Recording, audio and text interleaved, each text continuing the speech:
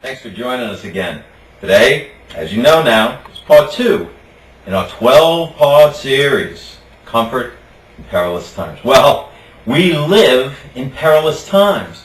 Look, the Apostle Paul warned us in the passage of 2 Timothy 3, 1-17, that perilous times would come in the future. He said they would come in the last days. Now, here's some interesting facts. The term "in the last days" is used 7 times in the Bible.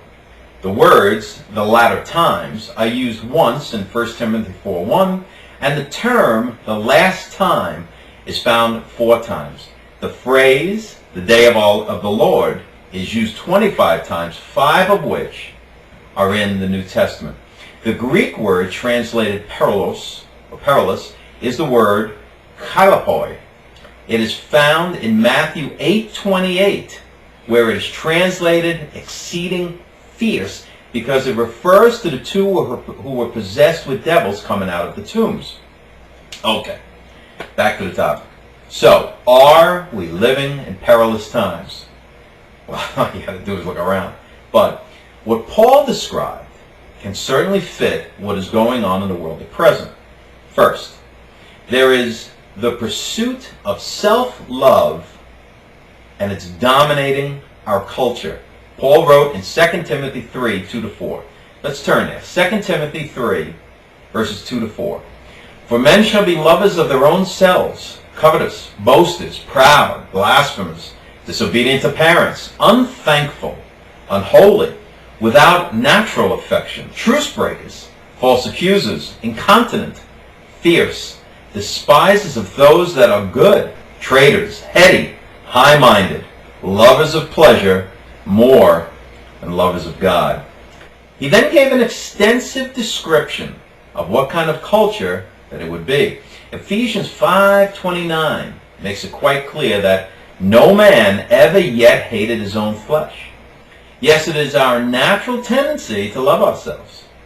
Our Lord pointed this out in Matthew 22:37-40, where we read Matthew 22:37-40. Here's what it says. "And Jesus said unto them, Thou shalt love the Lord thy God with all thy heart, and with all thy soul, and with all thy mind. This is the first and great commandment. The second is like unto it. Thou shalt love thy neighbor as thyself. On these 2 commandments hang all the law and the prophets." You see, love for ourselves is the problem in loving God and loving others. He told us that the greatest commandment was an intense and thorough love for God, and that the second commandment was like it, love your neighbor as yourself. He did not command us to love ourselves. Now, the little word "as" shows that it is a simple simile and emphasizes that this is what we all do. Okay? Luke 9:23 tells us that if we want to follow our Lord Yeshua, we must deny ourselves. Luke 9:23. Second, the passion for pleasure will replace our love for God. The second reason why Paul is writing about the last times, and we believe that these are perilous times, is that the passion for pleasure will replace our love for God. In 2 Timothy 3:4, we read, "Lovers of pleasure more than lovers of God." 2 Timothy 3:4. The emphasis on pleasure, it's overwhelming.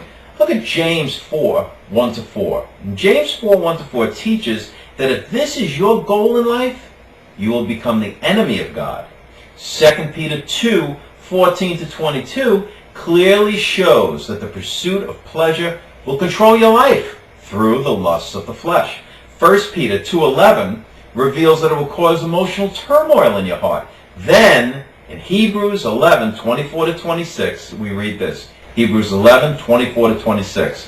"By faith, Moses, when he was come to years, refused to be called the son of Pharaoh's daughter, choosing rather to suffer affliction with the people of God, than to enjoy the pleasures of sin for a season, esteeming the reproach of Christ greater riches than the treasures in Egypt. For he had respect unto the recompense of the reward."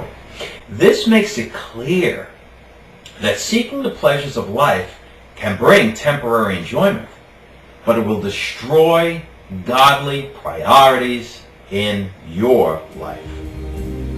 All right, that's the end of part 2.